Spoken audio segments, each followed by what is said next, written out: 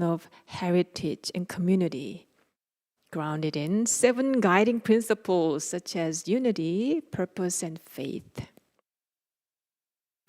There's one more. In a moment, Kathy, our lay minister, will share about the winter solstice, the longest night of the year. So all these sacred days remind us of one thing, I think, which is the light within. The light within. A light that does not go out. And so in every heart, there is a hope. In this season of reflection, we are grateful to gather in this sanctuary. Let us now turn inward and begin our time of meditation, opening to peace and to the love that connects us all. So we'll have about 25 minutes of silent sitting meditation. And for that, if you need to adjust your sitting posture, please do so.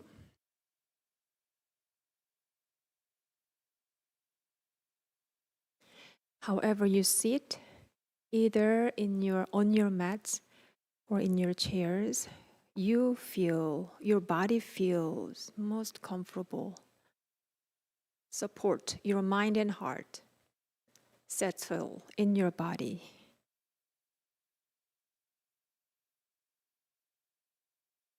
Let us breathe in, grab all your attention, and breathe it out. Open up your chest and heart. Stretch up, tall, and align your spine from your neck to your tailbone. And relax your shoulders and arms.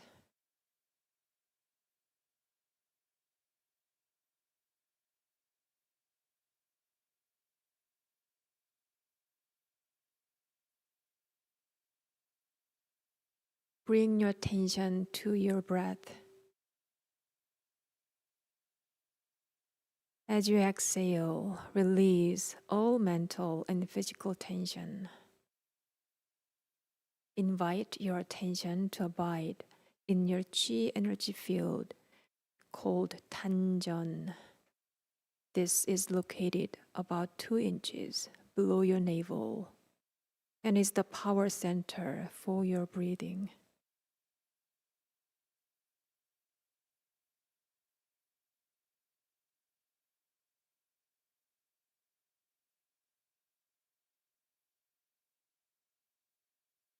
You may open your eyes and gaze downward over the end of your nose and to the floor.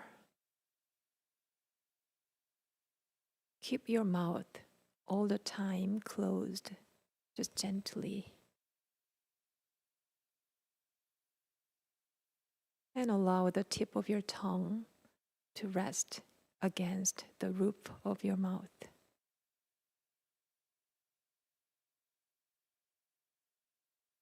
Relax your facial muscles and notice your gentle smile.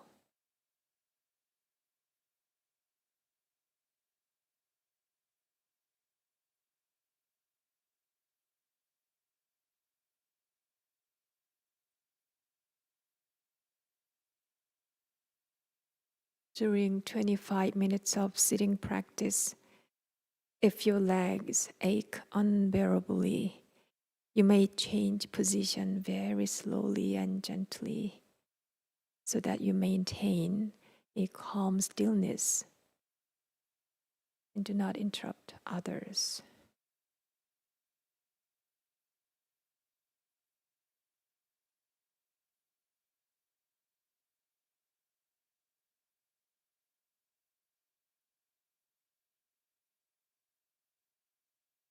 When thoughts arise in your mind, do not be discouraged or disturbed by them. Simply focus on your breathing without reacting to or playing with those thoughts. As you recognize them as thoughts, they will disappear by themselves.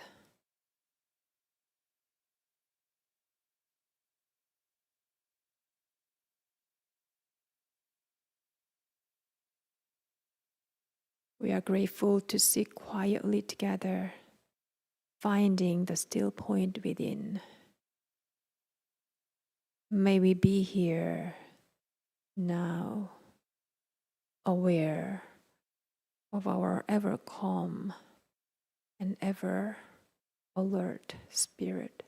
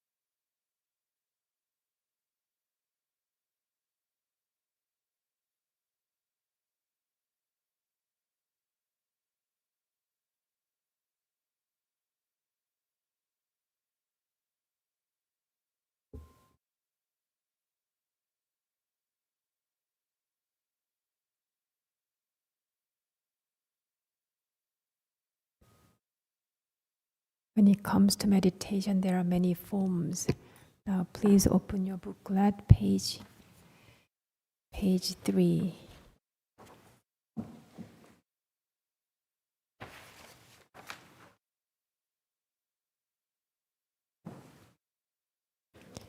Page 3, Yongju Spiritual Chant.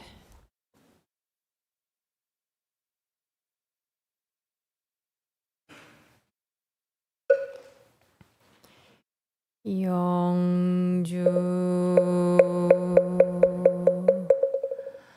천지연기야 심정만사여이야 심통 천지여와 동일체하여 천지동심 천지연기야 심정만사여이야 심통 천지여와 동일체하여 천지동심 천지연기야 심정만사여이야 심통 천지여와 동일체하여 천지동심정 천지연기야 심정만사여이야 심통 천지여와 동일체하여 천지동심정 천지연기야 심정만사여이야 심통 천지여와 동일체하여 천지동심정 천지연기야 심정만사여이야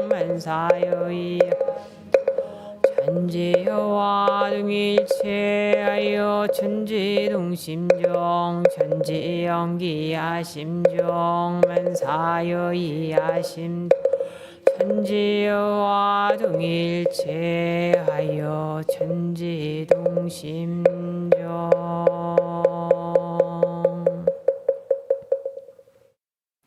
Let us read Prayer for World Peace.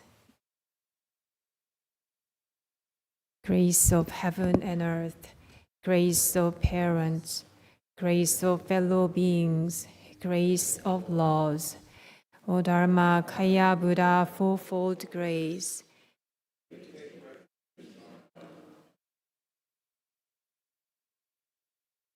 May we transform delusion into wisdom, greed into generosity, resentment into gratitude, discord into harmony, and hatred into compassion. May all nations grow better. May the strong help the weak, and may the weak learn and evolve according to Dharma. May all those who have died from world conflicts and disasters be delivered through all obstacles and be at rest. May there be peace throughout the world, and may all beings and happiness living in their original true nature. Dharmakaya Buddha, fourfold grace. May the spirit of holidays live on in us throughout the year, guiding us to share love, kindness, and compassion with all whom we meet. May the light of truth shine on our path, helping us grow in understanding and live in greater harmony with one another. With one mind and one heart, we hold this prayer. 천지연기야 심정 만사여이야 심통 천지여동일체 하여 천지동심정 together 천지연기야 심정 만사여이야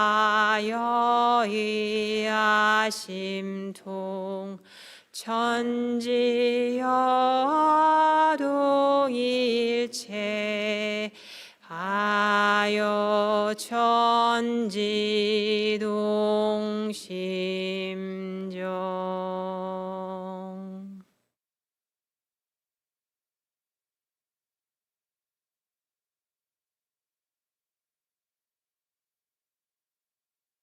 Page 5.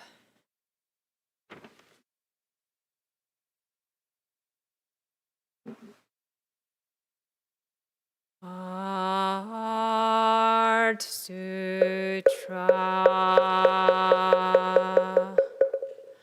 The Bodhisattva of great compassion, when deeply practicing Prajnaparamita, realized that 5 aggregates are empty and thus became free from all suffering and distress. So Shari form does not differ from emptiness. Emptiness does not differ from form. Form is empty. Emptiness is form. The same is true of sensations, perceptions, impulses, and conscious. Shariputra, all dharmas are empty, they do not appear or disappear, are not tainted or pure, do not increase or decrease in emptiness. No form, no sensations, no perceptions, no impulses, no eyes, no ears, no nose, no tongue, no body, no mind, no form, no sound, no smell, no taste, no touch, no object, no armor by ear, no song, body, or mind, consciousness, no ignorance, no extinction of ignorance, no old days and extinction of them, no suffering, no cause of suffering, no cessation of suffering, no past, no wisdom, attainment with nothing to attain. The Bodhisattva Prajnaparamita, therefore the mind has no hindrance. Without any hindrance, no fears exist. One dwells in nirvana. All Buddhas of the past, present, and future rely Prajnaparamita and attain supreme enlightenment. Therefore, note Prajnaparamita is the great mantra, is the great enlightening mantra, is the unsurpassed, unequaled mantra, which is able to eliminate all suffering. This is true, not false. So Prajnaparamita mantra, which says gone, gone, gone, beyond, far beyond. Now awaken, gate, gate, para, gate, parasam, gate, bodhisva. Gate, gate, para, gate, parasam, gate, bodhisva. Gate, gate, para, parasam, gate, bodhisva.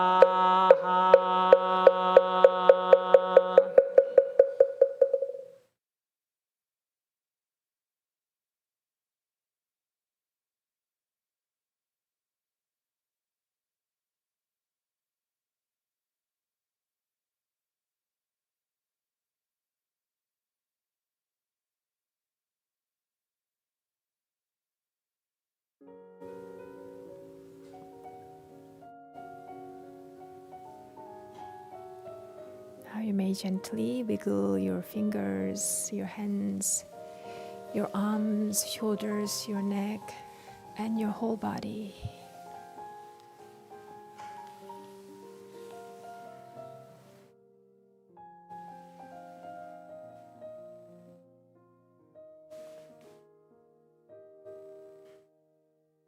Feel free to stretch yourself in any direction as needed.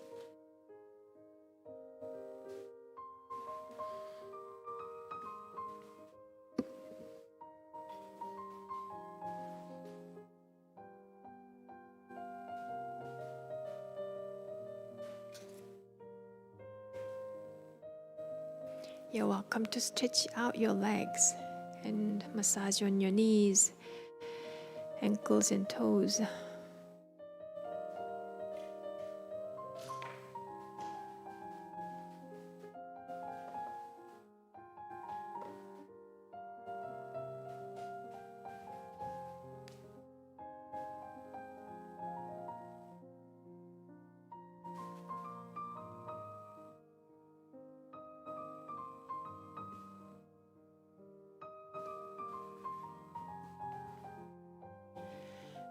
This morning, Kathy, our lay minister, is going to give us a talk. The title is "The Sun Stands Still, the Mind Grows Quiet." Please join your palms together. Let us welcome Kathy.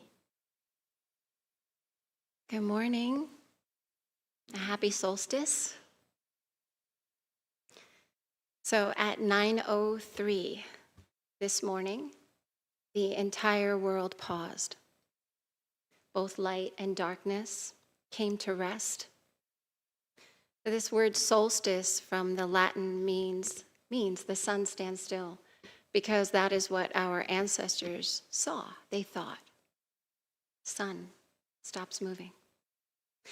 So when in actuality, this is the moment when the Earth's tilt away from the light reaches its furthest limit.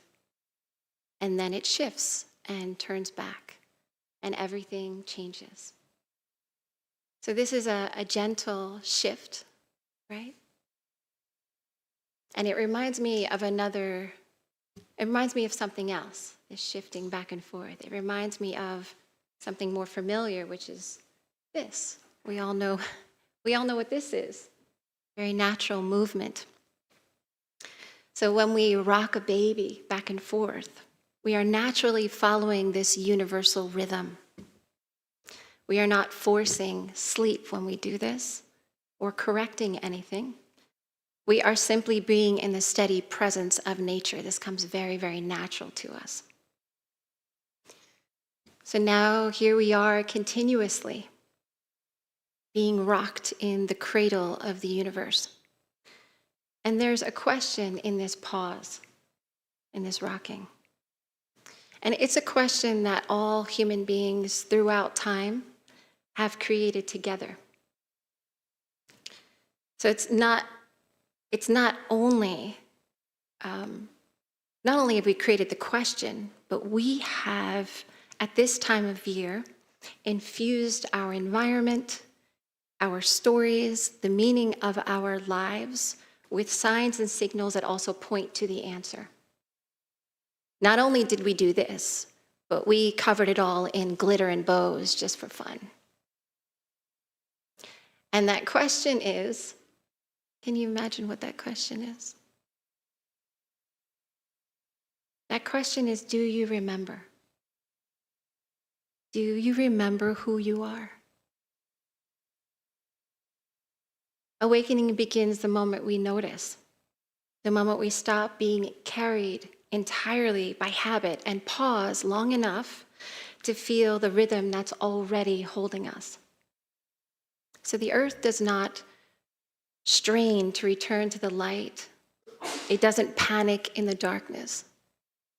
It rests at the turning point, trusting this larger order it belongs to. In the same way, our practice invites us to stop fighting the moment we are in. That's why we practice. And instead, wake up in this moment. In Won Buddhism, we talk about enlightenment or enlightened moments. It's very practical. It's not escape from the world. It's awakening to the world, to the functioning of cause and effect. Cause, effect. Recognizing the way our mind tilts and grasps or fear, and to the quiet possibility that we can choose differently. And we all know this moment when we're about to do something and there's a little voice that says, I can make a different choice. We can make a different choice here, but... And the question is there in that movement. in that moment, do you remember who you are? When I was writing this talk, I actually thought of Jesus on the cross. So being beaten, being tortured, being hung on this cross. And he looked at his followers, and then he looked over to the people who had caused him such pain. And he said, "Forgive them, for they know not what they do." Now, ignorance is not a moral failure. It is simply being asleep to this movement.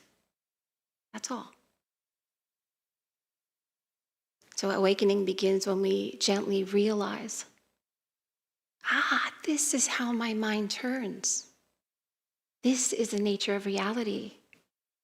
This is how I am not separate from all else. A couple of weeks ago, Reverend Dajung and I'll tell you a story.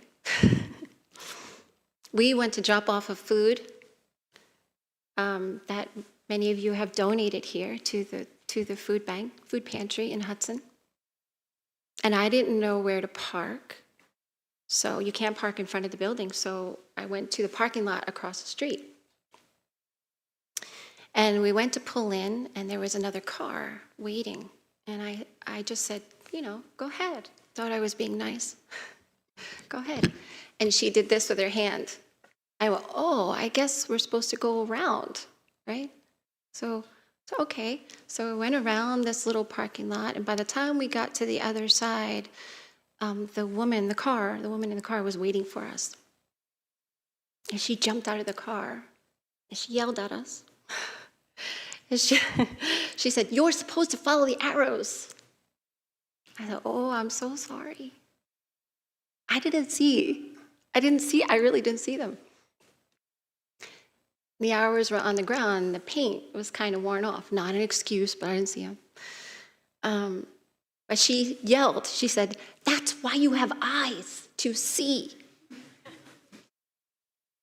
She's right.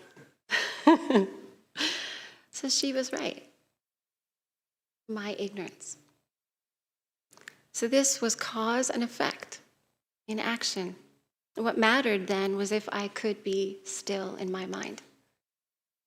How I chose to respond and recognizing the teaching. Now I know how to drive in that parking lot, right?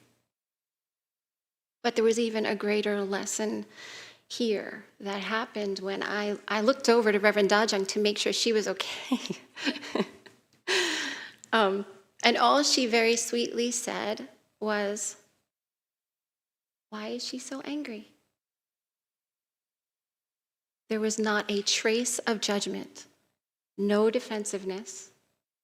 There was just curiosity and care. She had an open-hearted, practicing mind. It was a beautiful lesson. So Master Chungsan, our second head Dharma master, said, "Existence entails blockage. Emptiness entails pervasive openness. To be blocked is to be dark. To be wide open is to be bright." When we block ourselves with fear, anger, or delusion, we live in darkness. But if we practice with open-hearted sincerity, the light of who we are is remembered. And this is like rocking a baby. Our practice, Dharma, does not shake us awake. It steadies us for these moments. It soothes us into awareness, back and forth, light and dark, effort and rest, until the body softens and the mind becomes receptive. And in that receptivity, wisdom arises naturally. These are eyes like Reverend Dajung's. Eyes to see, a mind that is open.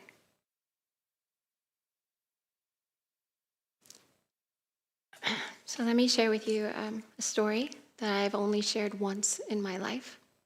It's my personal story.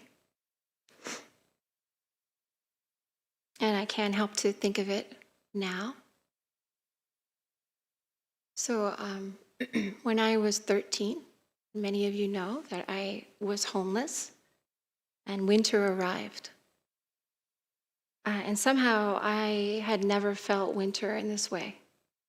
I didn't know the cold could be so cold. And I only had one coat to keep me warm. So I created a routine to help me make it through each day and each night. I would sleep in short intervals, and then I would walk as long as I could to keep my body from freezing.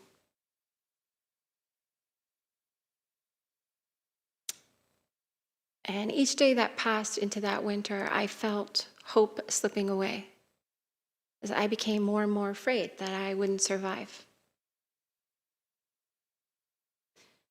And one day, to make me even more afraid, my fear became overwhelming because it started to snow. And I gave in. And I slept on the ground at the base of the tree. My hands were freezing. I did not move. My lungs felt like ice. And finally, I remember I stood up, not because I had hope or care, but because it was so painful. And it was unbearable, actually. And I walked down the small road.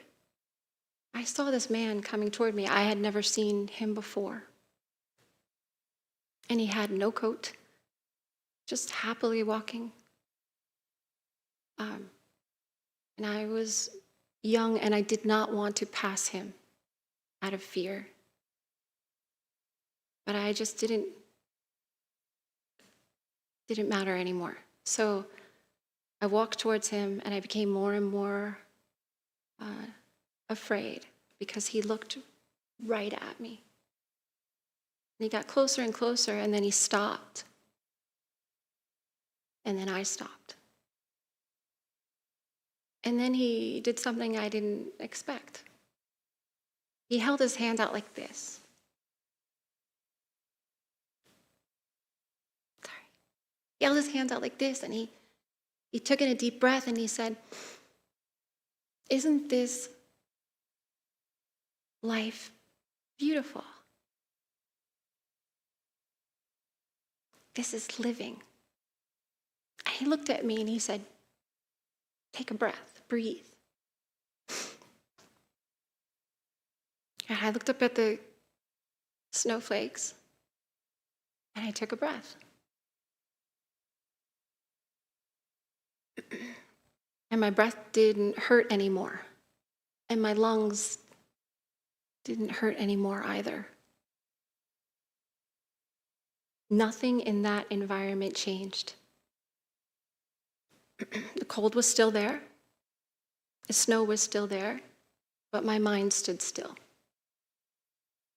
That man was my solstice. He was my tipping point. And I am profoundly grateful. But in that moment, only one condition shifted, just the direction of my mind.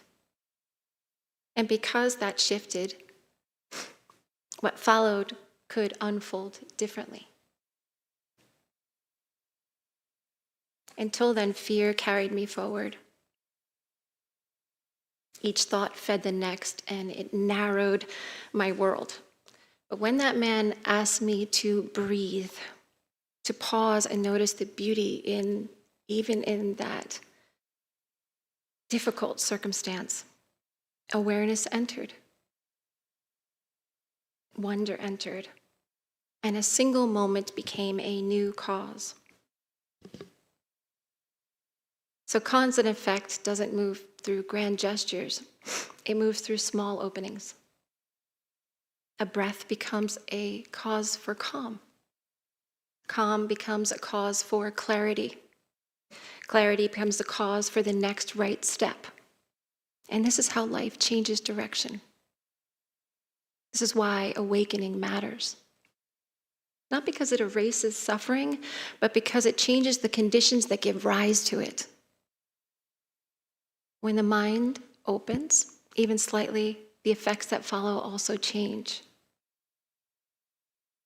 So we are given these turning points, these opportunities again and again in our work, in our relationships, in our moments of frustration, confusion, or pain. Each one asks the same gentle question moment to moment. Do you remember who you are?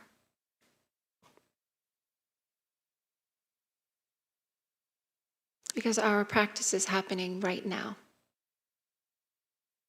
right in parking lots and conversations and cold winters and ordinary days. So every time we notice the mind tightening and choose sincerity instead, every time we feel anger rise and respond with curiosity, wonder,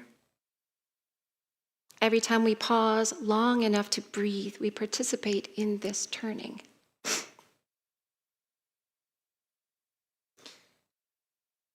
So what the solstice teaches us in the darkness is that it doesn't disappear in an instant. The earth simply rests at the turning point. And because of that moment of pause, the direction shifts. Life begins to return not by force, but by law. Light begins to return not by force, but by law. The law, the natural law of cause and effect. A law that is no different than we accept gravity, we accept those things. This is the natural law. So that man did not save me in a typical sense. He changed the conditions. And because the condition changed, my life could continue in a different way. So today, as the earth pauses and begins its return, may we pause too. May we notice what is already holding us. And may we trust that even a gentle turning of the mind is enough to change the way forward. Happy solstice. Thank you. Thank you, Kathy. That was really moving talk. Thank you so much for sharing your stories. So as we reflect on Kathy's talk, let us just take a moment to close our eyes and once again settle into this moment.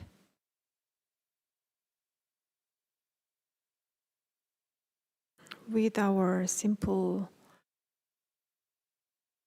movement of our breath, the air comes in and out, which call breathing.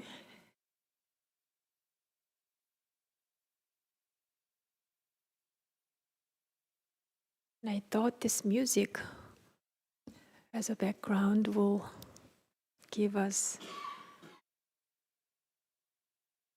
some sentiment to embrace our hearts and our minds.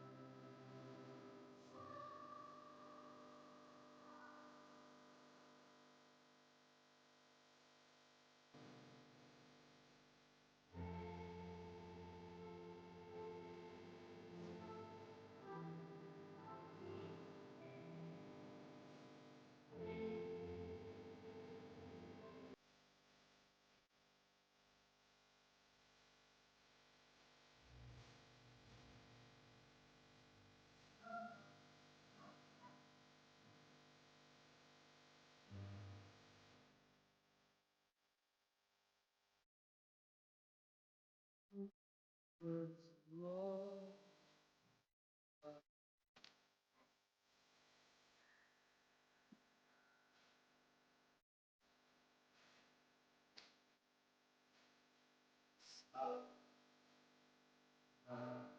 welcome to sing along if you wish. With Michael Bublé. You can all sing along.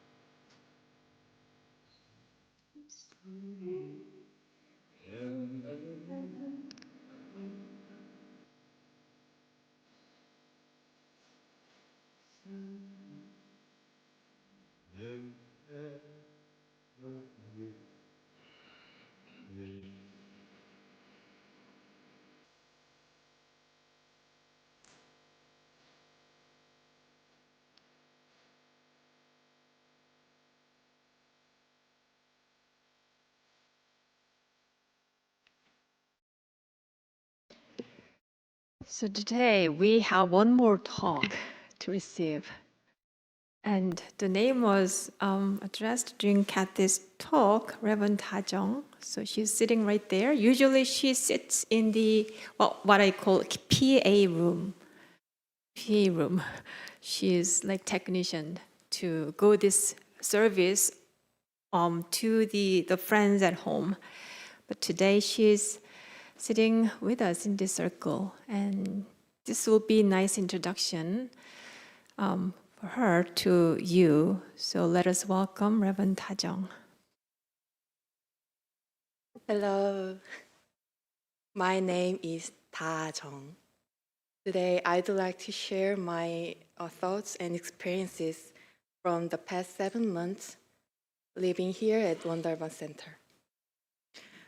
Until about 2.5 years ago, I never imagined leaving Korea because, to be honest, I really avoided English my whole life. And even the idea of Western culture felt overwhelming to me. After working at 3 different Won Buddhist temples since becoming a minister, I later served at the Culture and Society Department at the central headquarters Won Buddhism in Korea. It was then when I began to rethink my relationship with English.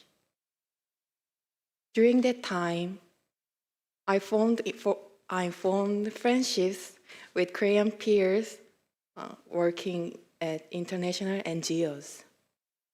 Through them, I learned not only about English and foreign culture, but also expanded my thinking and awareness. This made me realize that in the future, if opportunities come, I might miss many things because of my own fears. This awareness opened my mind and gave me courage to take on new challenges. After 3-year term, my supervisor minister at the office often emphasized how important it was for Won Buddhist ministers like myself to gain experience at temples abroad. Eventually, she connected me with the minister at the Vancouver Won Buddhist Temple. These connections opened the door for me to continue my ministry overseas, leading me to Vancouver. In there, my work was mostly with Korean people, so it was less stressful and easier to adapt. If I had to go directly to a completely new place like here, One Dharma Center, I think I could not have found the courage. And 14 months later, through an unexpected opportunity, I moved to my current place. It may look like a simple transfer, but for me, it was a process of learning new perspectives and ways of thinking. In the past, I avoided challenges because of fear and unfamiliarity. Now, I've learned that I can grow and learn even in new situations. Through those reflections, I gently found the courage to face my fears and follow the direction the Dharma was guiding me toward. The biggest change for me is that I, who used to avoid English my whole life, am now trying to learn and speak English. I'm still very much a beginner, and small talk is sometimes difficult. At times, it may appear that I avoid talking. It is not because I feel uncomfortable with people. It is because I lack confidence in my language skills. Every small effort I make gives me confidence and learning. Prayer is one of key practices for one Buddhist. At the One Dharma Center, all the Gyomunim offer prayers every morning and night. It is a very important time for me to organize my mind and reflect on myself. I have a personal prayer that I say, may all beings connected to the One Dharma Center deeply understand and practice the teachings of the founding master so that this world can move toward paradise, a place where spiritual strength is expanded and material power is guided toward faith grounded in truth and moral practice. May I reflect on my mission and act with understanding and wisdom. This prayer reminds me not only to adopt and learn English, but also to think about my purpose and responsibility, and to build good connections with the people I meet here. Just like the time when I moved from Vancouver to here, I don't know what will happen in the future. But one thing is clear. I believe I'm on the right path. I trust myself. I trust one Dharmakaya Buddha for fourth grace. I believe that if I do my best wherever I am, I will be guided in the right direction. During these 7 months, I've learned and grown even while living with fear and unfamiliarity.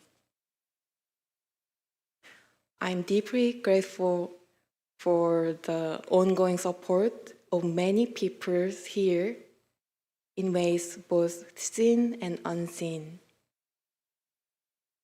I hope to continue learning, growing, and building deeper connections with the people around me. I look forward to continuing to practice with you.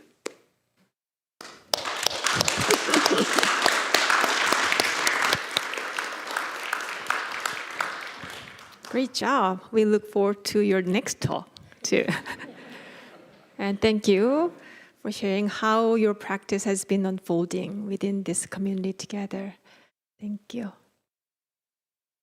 So thank you all for coming today and sharing this moment with us. It's really precious and deep appreciation from my heart to you. And I want to see this gathering again and again. So next Sunday, we are having year-end reflection service. Different format, but I want you to be here if you're in town, because did you know that the ministers, she mentioned 14 of us are living on this site, can sing. We can sing. And we are preparing a song for you. So please come next Sunday. And a week after is January 4th. So let us come together and celebrate this new year together in our New Year celebration service. January 4th. And one more thing. National Sangha online gathering, which will be held on January 10th. Online gathering at 2 p.m. This is a time where like-minded people like you can gather together and learn each other's existence. So not only this spot here, but there are, one Buddhist temples in this North America and also South America as well. So we'll gather together to learn each other. It's January 10th. It's called the National Sangha Online Gathering. There are flyers in the lobby, so please register. Thank you so much. And what do I say? It's not Christmas yet. Hanukkah is getting close to end. What do I say to end? Dessert. Let's pick one. Happy holiday. Everybody, let's say, Happy Holidays. Thank you.